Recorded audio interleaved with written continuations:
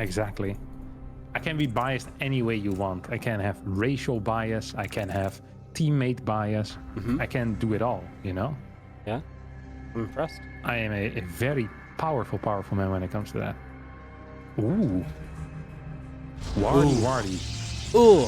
I spy with my little eye. And how does the game work? Do you have to say like a color? Something beginning with and then the letter that it begins with. Something beginning with the letter P. P. Is it a proxy? Not specific enough. It's a proxy barrack, you moron. Well, you're cheating because you didn't even. You're You so couldn't even dumb, see the Wardy. proxy barracks when you asked, so it was just it's blatant cheating. You're terrible at this game. Yeah. Re?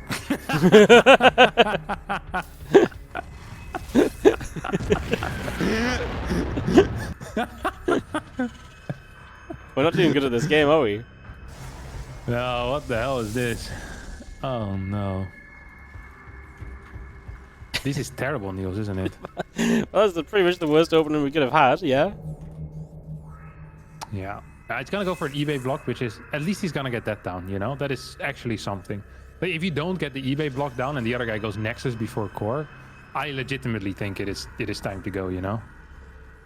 You're like, into the next lobby screen, or just quitting altogether. So you can 1-0, forfeit, whatever, there's no point. No point. That's quite the statement. Look at this. This barracks is 20 seconds late, 18 seconds later than usual. He lost a crap ton of mining as well. But so usually you'd see the command center going down at like 139. You have the cash for it. Right now he's gonna have that at, what is it, like 157 he had it. So he's 20 seconds later when it comes to pretty much everything.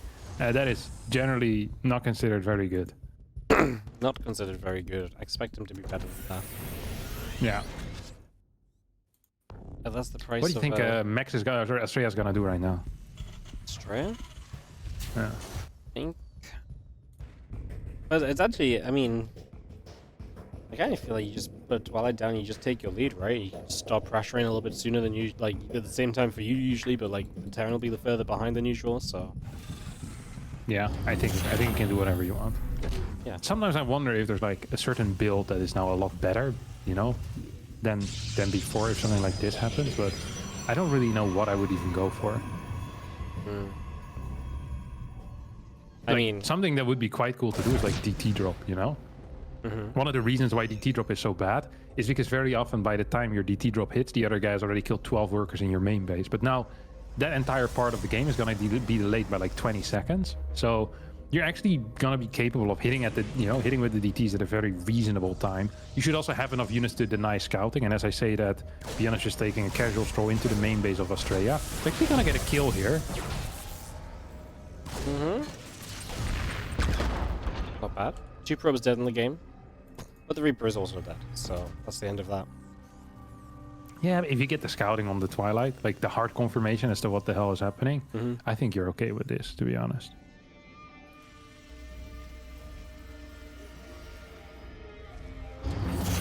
What do you think? Do you think there's anything ByuN should particularly do when you're behind like this? Because obviously so many of his timings are out the window as well, so...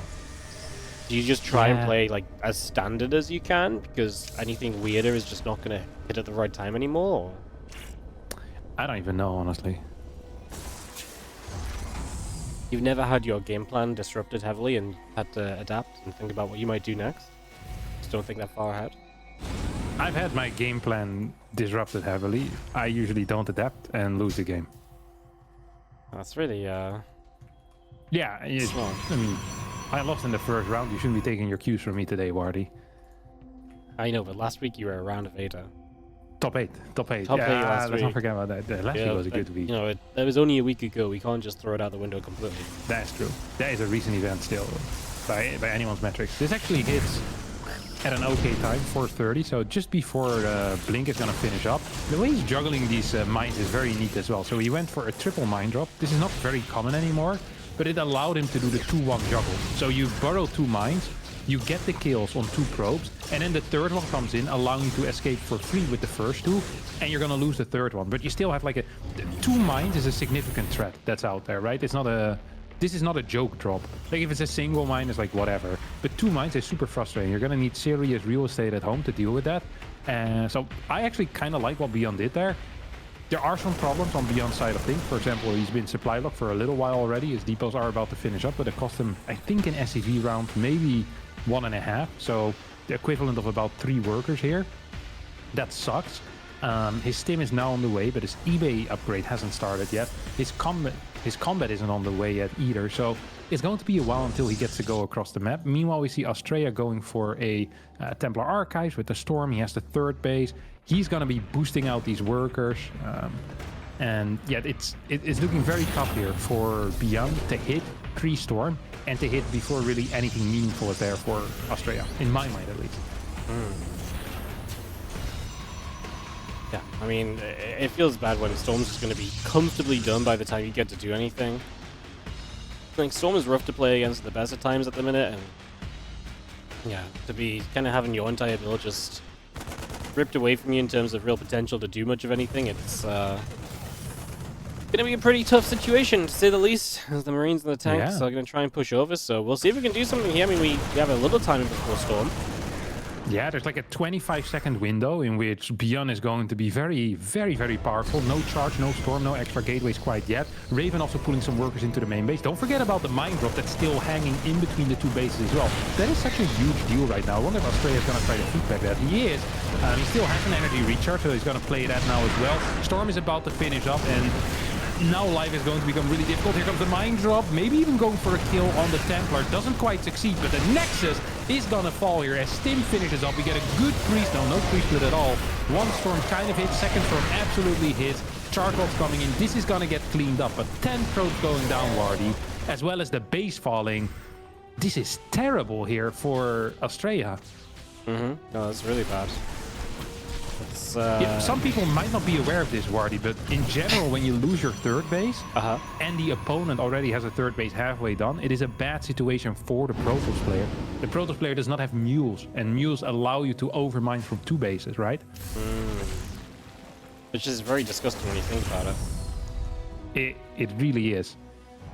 In a way, you could say that it incentivizes the Terran to just sit on a low base count and all in. It does a little bit, doesn't it? Yeah. It's really disgusting. It is. Look at this. It's awful. The pylons are just dying in this main base. This is going from bad to worse for Astrea, actually. Yeah. Oh, he's gonna drop on top of this. What a beast. ByuN says, hey, look, that's a lot of Templar. It would be a shame if I were to drop my Marauders on top of you. And these Archons are gonna get killed as well before they finish morphing. At least one of them goes down. The other one will survive, but it's 104 supply against 80. Concussive shell is about to pop off as well. 5 barracks now done. 3rd CC around as well. It's going to be 3 base versus 3 base. 59 workers to 58. +1 attack versus 0-0. Wardy is looking awful for the Protoss player, who had an insanely good early game. Yep. Not much else to add to that, man. This is it's all gone wrong, and really didn't quite expect it to go wrong in the way that it has done here, because it was such a good start. It was such a strong beginning. And, now we sit in a very difficult to turn around position as ByuN gets to continue this pressure, keeps it going across the map, and yeah, very like we just said, just very difficult to kind of recover at this point. Astrea has just let too much kind of go wrong at this stage. The 3rd is going to be under fire again, so you're never going to mine from this base, it feels like, at this point. So that's not exactly looking ideal. Yeah, that's rough. Hey, he lost 16 workers just now. It's not looking good again. No. I don't quite understand how it happened. Like, the triple mine drop was so good, man. And despite it being delayed, it still hit pretty fast. Like, it hit at like 430. If you're really quick with Blink, you can have it at that point. Or like a Nexus into core, but usually you won't. So it would have been fine in most scenarios. And I mean, honestly, impressive stuff out of ByuN. Like, he microed that well, he controlled well, he found an opportunity with the tank marine push. That really was the one that sealed the deal. And now ByuN takes game number 1. Wow. Proxy racks in to get out again, because that was a really good strategy, it seemed. If I were him, I'd actually go for the same thing. I'm not gonna lie. Like, I think it's such an obvious thing to do as well because it went so well. It's like, imagine winning despite being scouted. Yeah. Like, you just know you're better, you know? You just do it again. If I'm Astrea, I think I would be a little bit depressed after this early game. I'd not be super feeling it. It's actually gonna go proxy 2x Marauder. There's 3 main locations. Can I ping? Sure. What you want? No, I can't. Oh, that's because you're not special. What the hell? Can you ping? I don't even know the hotkey. Alt. You just hold down Alt, or you do Alt G. No, it's not working on mine either. It's ridiculous. Dude, Blizzard trying to censor me. Wow. Okay, but there's like 3 locations. It's the one near the Rich Vespine geyser, then the one to the left. This one is actually the least common. I guess there's 4. You could theoretically build it at the low ground Rich Vespine geyser, but this is the least common proxy location out of all, I guess, 4. 3 main ones is definitely the least common. I don't know why that is, but usually you see it to the top or in the middle. Some proxy locations just feel better despite the distance being the same. It doesn't make any sense, but I like it. In a way, this might even be better because imagine a worst case scenario where nothing works out. You can lift one of the barracks and you can kill the Reaper wall. How about that, huh? Crazy. What's the ideal response then? After seeing this build take over the world lately, what are you doing against it? Okay, there's a couple of things you can do. So theoretically, you can continue worker production, cancel the natural. And then like 1 base robo, or yeah, I think 1 base robo is very good. Go like Stalker Sentry, 1 battery high ground, and you're good. Or like Adept Sentry even, like, and you should be fine. With low ground stuff, you need a fast Stargate. Like, this is a necessity. So this is scary because he's going Zealot into fast Stargate. He knows there's not going to be concussive shell yet. You're going to need at least 2 batteries early on, probably 3. And then you're going to need a Stalker as well. So the main thing is that Terran doesn't really want to be engaging into batteries before they have 5 Marauders. Once they have 5 Marauders, they can do that. So you need to stall the area between like 5 and 7 Marauders, and then your Void Ray comes out. I think that is going to be the main plan. Another thing he could have done, Astrea that is go for like a fake natural, so pretty much like this, and then get a Sentry on the high ground and a Stargate. So the opponent continues building Marauders, and they don't get effectively plus Marines. And then eventually you get a Void Ray out and da-da-da-da, it's all going to be a great time, you know? Life is going to be good. This is scary. So Void Ray still needs about 30 seconds. The 5 Marauder squad is here right now, which is kind of like a key moment, right? You're going to be capable of easily bursting through batteries at this stage. I think it's best to actually clear the battery rather than shooting the Zealot. Astrea is doing a great job of winning time. Great job at winning time. So now the goal for ByuN, quickly transition from breaking the natural to killing as many workers as he can. I'm not even sure if you want to chase this Marauder. I think it's actually a mistake. The Stalker, not the Marauder, sorry. Yeah, I mean, at this point you need to get something out of this, right? And with the Void Ray out, you're just going to be taking damage. You're going to run to a bunker. Bunkers don't make Marauders shoot up. Did someone not help you on this? What he really needed to do here is, I think he needed to just go kill like 8-9 workers. If you kill 9 workers or so with those Marauders, and you probably can, I think life is going to be okay.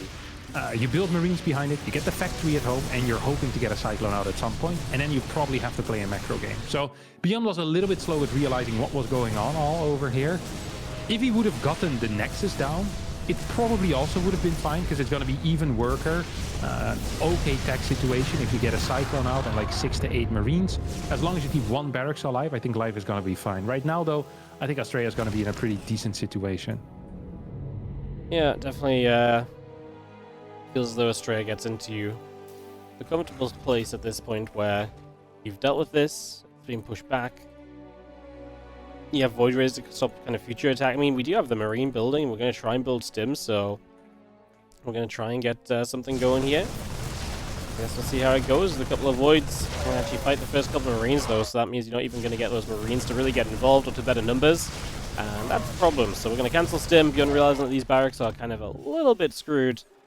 He's going to go into Cyclones and Magfield for the moment, but definitely is backfiring on him.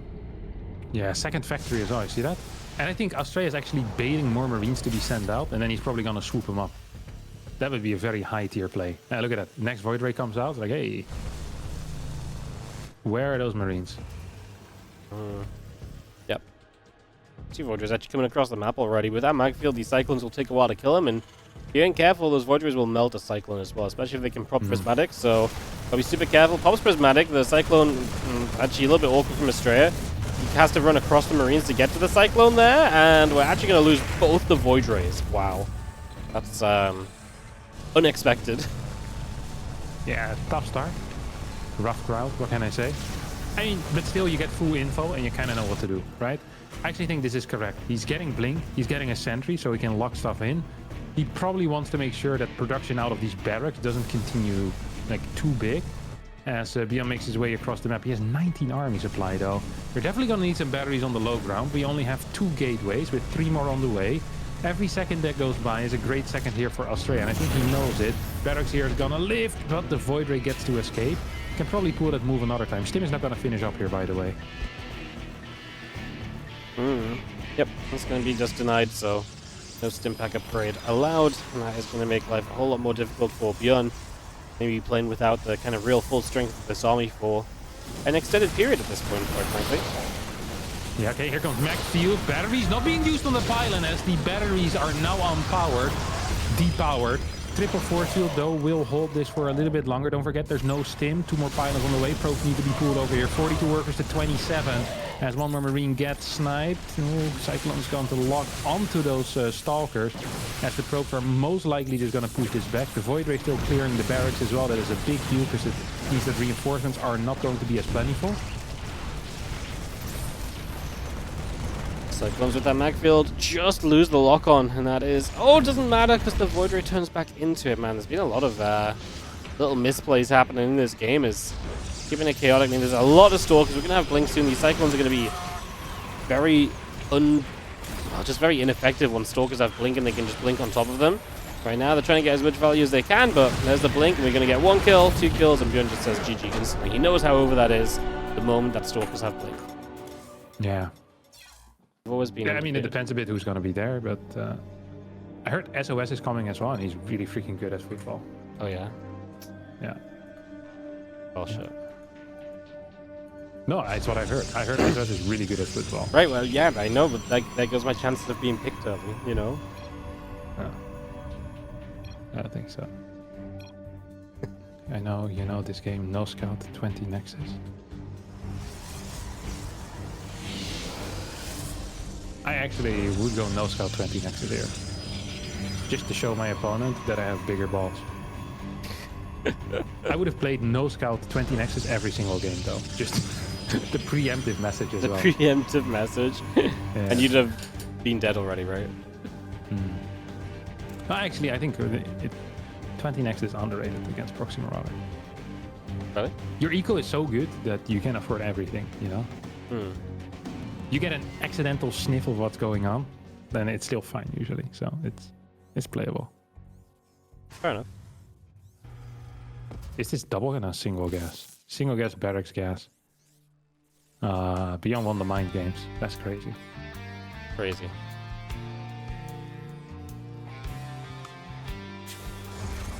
Unfortunately, mind games don't get you points on the board. You actually have to win real games. That is true as well.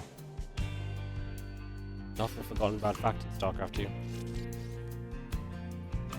You think he's gonna throw down a fast factory or get a reactor? I'm calling the factory. Yeah. Yeah. It's already over. He had to build it instantly otherwise. That's gonna be factory. Yeah. Factory reactor. Look at the refinery timing. Man, this guy's a beast. These Terran builds, they've really been kicking off lately. You know, every Terran and their mom right now, when they're playing 2 gas as well, they open up with like a tech lab into Cyclone. So they go Reaper and then tech lab on the barracks, straight Cyclone, just to deny the hallucination scout. Yeah, how cracked is that?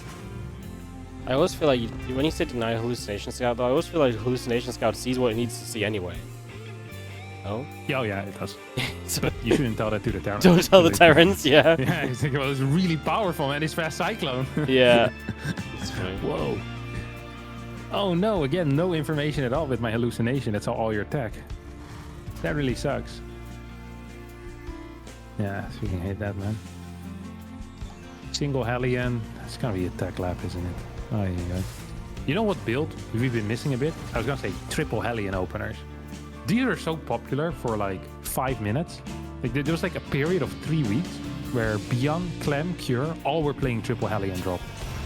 But legitimately for like 3 weeks. And then they all quit again. Like they just stopped it altogether. I think this is one of the more powerful builds that Terran actually has. Because it can't be scouted unless you have a sentry. Like you can't really scout it properly with an adept scout. It's difficult to be ready for, and it is not as all in as a 4 Hellion proxy starport type of drop, but it can do a similar amount of damage fairly easily.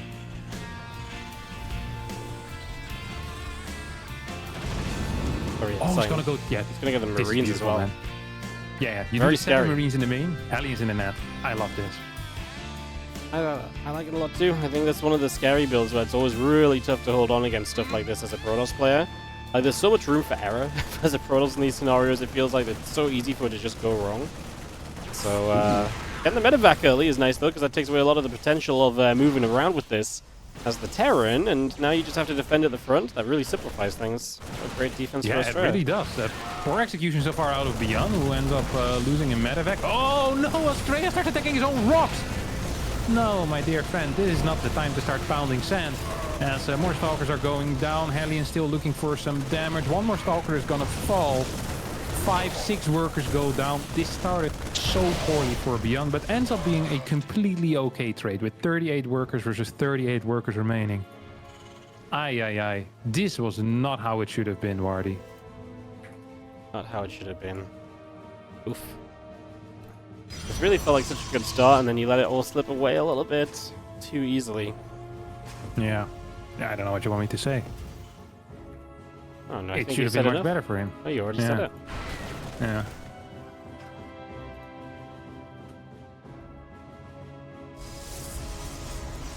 Raven, siege tank coming through, engineering bay in the barracks coming up. The starport going to swap off the tech lab. The barracks going to get to the tech lab.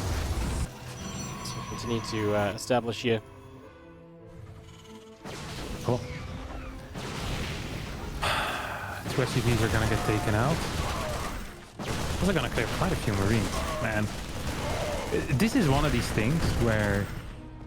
Do you ever look at someone else and wonder, like, what the hell am I doing wrong with my life, you know? It's like, whenever I see a Protoss walk across the map with 4 Stalkers, I'm like, 4 Stalkers, what's he gonna achieve? And they get like 2 SCVs and 5 Marine kills. It's like, it's never the same when I'm controlling them, you know? I could have a Prism and 12 Stalkers. Like, I'm damaging a bunker and losing 4 Stalkers and the Prism. Yeah, I don't understand how they always do it. They just freaking blink by and make it look so freaking easy, man. They have magic stalkers. Yeah, there's really something. Like, at some point, there's a level of Protoss where, like, their Stalker movement just becomes so freaking good all of a sudden. It's like the difference is night and day. 30C now on the way for ByuN over here is only at 83 supply. Astrea also has 82 supply and is now going up to 6 gate. So that's not the highest amount of gateways. There's also no forge. So the supply is a little bit inflated, right? Usually you'd be hoping to be like maybe down 5 to 10 supply and you have 8 gate and a forge upgrade coming in. Right now Astrea is going for tech, like so pretty tech heavy, late forge and lower gateway count. So he's lacking a couple of things and hopefully he's going to be capable of surviving like long enough pretty much to properly get a fort base and get gateway 7 and 8 as well. We could call it the Harstem line. If your stalkers have that micro potential, you're above the Harstem line. If they don't, you're just below it. I like that. Yeah. I think it's a good line to be above. Yeah. It's good because I feel like some days your stalkers are there and some days they're not, so you're just the line, you're average. Yeah. It's not always like being on the line is fine too. There's like a 50% chance that's gonna go well. Yeah, exactly. Depending on how well I slept and how much I ate in the morning, you know? Yeah. I feel like that. But we just have a couple moments. Colossus obviously popping out. I like it for Astrea. I always feel like when this tech play starts to come online for Protoss lately, they feel so confident in the game, they can start pressing on the map. It's so difficult for Terran to have a good response to Colossus so early in the game. obviously right now you've basically got to sit behind the siege tanks and let them zone. And if you do that, then obviously the pros can't do much, but then you're also sat back defensively, and so the pros can just kind of sit there and, you know, build up, which is obviously what they like. Then they get Temple Archives, and more splash damage comes into play, and there's a whole lot of benefits that they can have from just letting the game develop in that direction. So it's kind of where we're going to do right now. ByuN's actually adding in a very fast armory plus second eBay as well here, Wardy. So he's actually gonna be a bit more delayed with follow-up push-outs than what we usually see out of Terran players who, someone like Clem and Cure, they often focus very heavily on a timing push with 1-1 upgrades, 3 to 5 goes, 6 to 8 Vikings, and then 2-3 tanks, a couple of mines as well. Like that is pretty much the golden standard right now in TvP. And any gas you invest in something else usually is going to delay that timing a bit. Sometimes we even see a fourth command center coming in as well. And it makes it much harder to do big damage with the push. And the goal of the push is to see if you can kill a fourth or a fifth base while simultaneously taking your own fourth. Even bases is good for Terran. If you're behind more than 2 bases, usually it starts turning pretty freaking dark. So it's like a pretty key moment in the TvP matchup right now. There's going to be a Terran army starting to step through into the center. Storm finishing. +2 attack is on the way from Astrea. ByuN is going to take a little bit of an upgrade lead with the armor upgrades on his side. And just starting to get his ghosts out as tech is going to be needed to fight against this Protoss army. You're going to need EMPs. Vikings as well, likely going to be necessary. As the Prism comes over to the right side and gets set up in position. Yep. This Raven already has 10 kills. It's gonna get one, not one more. 10 kills total, and it's still active. I don't think Astrea should let that happen because he has Templar tech. He can just feedback them. We have 2-2 upgrades coming in. I mean, do you think he's just gonna wait until he gets +2 attack and then go for it? I mean, I feel like once he gets +2 attack, he's definitely going to be a lot more aggressive in trying to make things happen. I don't know if he necessarily has to full-on pull the trigger and, you know, commit, but he might. It is kind of interesting if you see the difference between Astrea and 95% of all the other high-level bosses right now. Because Astrea is someone that doesn't expand as quickly, right? If this was Classic right now would be on 9 bases. And it sounds like an exaggeration, but it's not. Classic would have 9 bases of a 4 gas. Instead, what Astrea does is he plays much higher gas count, lower mineral eco, and a lower gateway count as well, generally, in order to get to a more stable late game. So he says, hey, if I can get to a late game with my Tempest out, with my cannons in position everywhere, life is gonna be good. So that's what I'm playing for over here. So that's what he's setting up for as well, right? He's getting that gravitic drive, he's getting the gravitic boosters. He's basically investing a lot of his gas that he's mining at a high pace. He has 4 gases more than the average Protoss player at this point, and all he wants to do right now is stay alive. And that's not necessarily gonna be easy, but it is going to be possible. We do have the Colossus and the Zealots gathering up. Fire Force coming out, and Astrea is obviously going to start looking for maybe some of those fights and some of those moments. So, getting himself in position. We do have the Stalkers working up that left-hand side. He's well set on the right side as well. He actually has a lot of units kind of split apart right here, so he's got to be super careful he doesn't get dove on, but if he can poke and prod on 2 different angles, it can be very tough for the Terran to deal with as well. Yeah. I think one thing that's really cool about Astrea is the observer usage. He has freaking 5 observers out right now. 5. That is a lot. He has very good vision. He is now expanding into a 6th. And all he needs to do is survive a little bit longer. Okay, that's a good feedback there on the first ghost. We still have that run by army available on the far left as well. Let's not forget about that. Cannon lines are now being set up. I mean, the only problem for Astrea is that if he gets caught in a transition, it can be pretty scary. You get a Manor Mule over here. Not sure why that is. Probably a misclick. As every single Templar did get EMP'd, except for the one on the far high ground. Mistake, sorry. He's talking about the Mule there. Did not want the Manor Mule. Astrea would act outraged and make him feel bad about it. But, yeah, I wonder if he was trying to scan for vision to see what he was maybe chasing the Prism into. And then just misclick the Mule, so... Yeah, happens to the best. Yeah, happens. This Raven is still active, by the way, up to 12 kills right now. He's now gonna walk into a cannon. Okay, Viking count is very good. Ghost count is solid as well. Oh, good EMPs. There's not a whole lot of storms available. Yeah, EMPs have been great. He's actually really removed a lot of the pressure with those EMPs already. Vikings gonna get stormed again. Colossus will go down. Another storm coming out. It really does feel as though this is, I mean, felt like a very good start of the fight from ByuN, but the extra storms are huge, and the feedbacks and the medevacs soften them up. We will chase as Astrea here, going after them with the Blink Stalkers, and Astrea's supply will be absolutely huge in comparison to ByuN's at this point. He had like, every single time I thought the fight was over, like 4 new Templars showed up. I was like, ah, surely these are the last 4, and then 4 more showed up, and then 4 more. It's like, he had like 12 Templar there or something. It was insane, and he still has 5 alive. He's lost 3 total, so I guess he morphed some into Archons as well. Kind of checks out with the numbers there. A couple of snipes gonna come down right now. Ghost count is only at 5. As the Tempests have started producing, I think this is going to be a key moment here in this game. And Zealots are also starting to hit the Planetary that's set up over at the 3rd base. Planetary at the 4th is going to survive, but 11 workers end up falling. Now, a lot of Zealots going down over here, but it's 6 base versus 4. And while usually that isn't necessarily a death sentence for the Terran, because as long as they get a 5th base at some point, they usually win the ground battle. In this case, that's not true, because there is going to be Tempest already out. We have high cannon counts on the outside base, at least on the left side. Hopefully we're going to add 6-7 cannons on the right as well. And then once you get more than 7 Tempest out, I genuinely think that late game is good for Protoss again. It takes a long time to get there. It's difficult to survive to it. But if you get there, oh boy, is life going to be good.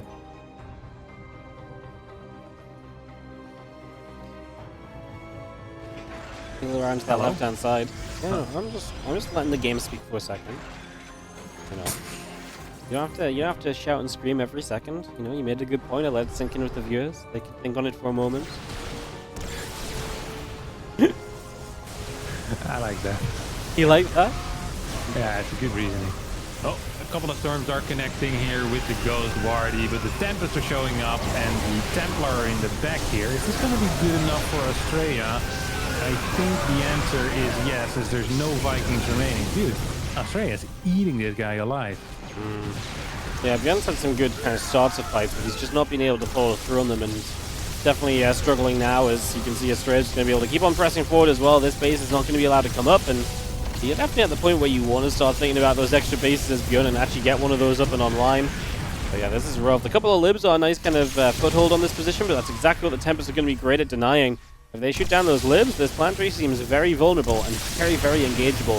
So it is looking as though we are going to have ourselves a pretty good start to the later stages here from Astrea. I think he's not far from finding himself maybe a GG out of his opponent, because he is basically camping this base and his opponent is not really able to do anything about it. ByuN is stuck. Yeah, I mean, this is not great here for ByuN. ByuN's also still only on 4 bases, right? It's different if ByuN has 7 orbital commands and he's mining from 6. You know, triple starport pumping Vikings. You might come back into this game, but here, the eco ain't great. The production is fine. I mean, you have double port, 8 barracks, but he just doesn't have the bank. He doesn't really have the unit comp either. Astrea's gonna pull back, which is a surprise to me, but I guess he feels very comfortable in this late game stage. Does need to keep in mind to kind of refresh these cannon setups on the sides, right? Because you're going to be working with an army that is not necessarily very mobile, but is quite strong in straight up engagements. And you're going to be fighting against someone that probably wants to break out onto those like side bases, see if we can deal some damage there, rather than straight up engage. So it's something you always need to keep in mind. This Tempest sounds insane, by the way. He's getting 9 over here. Yeah, he has a lot. He's going to get them EMP'd, and then Vikings are there to fight. Good storms to help him disengage from this position. ByuN supply is coming back up, but a lot of it is hurt already, and he keeps walking into those storms because he wants to try and chase that army down. Again, currently pinned into the 4 base, is going to make another attempt for 5th to the top side, but that's exactly where Astrea's army is. He's going to have to truly push that army back if he's actually going to get over there successfully. Yeah, and I love that we have a fort. They did that large fort on the right. It's so cool. This isn't all that Astrea freaking has. And he just uses those Templars to zone so effectively. The one missing link here is probably the Oracle. I'd love to see an Oracle for Revelation. Makes it much easier to fight against this. Relying on observers or just very quick responses is possible, but I think it's a little bit harder than just using Revelation. It makes things a bit more simple. And things that are more simple tend to be better in my mind. And so Astrea also continues expanding towards the right side right now. Has a lot of new Templars over here on the left. I mean, he's just buying so much freaking gas. He's on what, like 12 gas? 1, 2, 3, 4, look. I can't count, but I think so, right? Yeah. Wow. It's just such a challenge for ByuN. Is he actually just get the high tempo there? And he is going to maybe get a chance to land this base, but even if he lands this base, there's going to be a big whole hoo-ha about being able to actually hold on to that base. The storms here are great, as again, ByuN is just chasing into a Protoss. When they're storming you like this, is never fun. And we're definitely seeing that in a big way. Yeah, absolutely. Vikings are actually getting quite a bit of damage, though. Tempest count reduced to only 2. At the end of the day, resources lost are in favor of Astrea. This is the opposite of what we usually see. And let's not forget that Astrea has about freaking 45 supply on the right side. I wouldn't mind if he just tries and clears that planetary right now. Force a split out of ByuN, making matters much, much harder here for the Terran player. Yeah, actually force him to kind of really work this army in different places. He is going to attack on the right side. This planetary initially will go down. And then ByuN's going to have to get some units over there. Currently no response, nothing moving over there at all in the minimaps. This base is in trouble. SCVs just evacuate. Then Astrea doesn't even need to be poking in on the left-hand side because he's doing so well on the right. He's going to try, and he actually has a good storm to lead us into him, and the storm is just disgusting. I'd love to see how much total damage like storm has done in the game, because I feel like this is going to be one of those higher ones, because every time a storm lands, it connects. Yeah.